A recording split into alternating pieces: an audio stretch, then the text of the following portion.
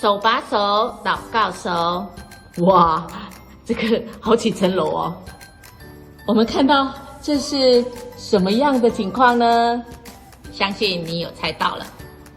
这就是教会在换电梯，正在装。这是什么呢？我们来看我们这个装的师傅哦，愿意吗？我们装的师傅嗨，跟牧师王先生，姓王先生很厉害，我们要靠他呢，我们的幸福都在他手上，因为这个钢索哈很重要。如果这个钢索有个3长2短，所以要确定哈，我们的生命才不会3长2短啊。这个人生当中啊，就像这电梯一样，我们需要有钢索。我们的生命里，在圣经当中有告诉我们，我们的主是我们的慈神爱所。因为如果没有一个绳索的话，哇，这个我们的生命哈，常常都会走歪哦，哈，所以我们才需要常常在生命中，我们到上帝的圣殿里，我们可以来敬拜神好不好？我们今天来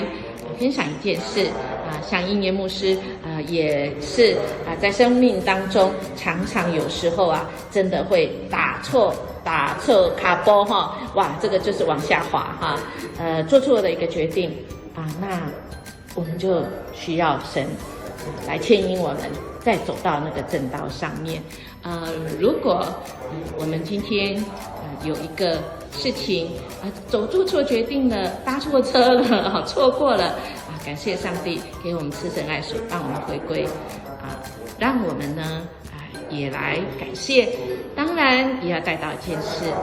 现在在决定的重要这件事，可不要走错方向哦。虽然我们的神用他的慈神爱所来带领我们，但恳求主托住我们另外家庭我们也来分享，在我们家庭当中，我们曾经经历过可能做错决定或走错了一个大弯，但上帝用他的定位系统，用他的慈神爱所来牵引我们走回他的正道，有这个共同的经验哦。去看去，记得去。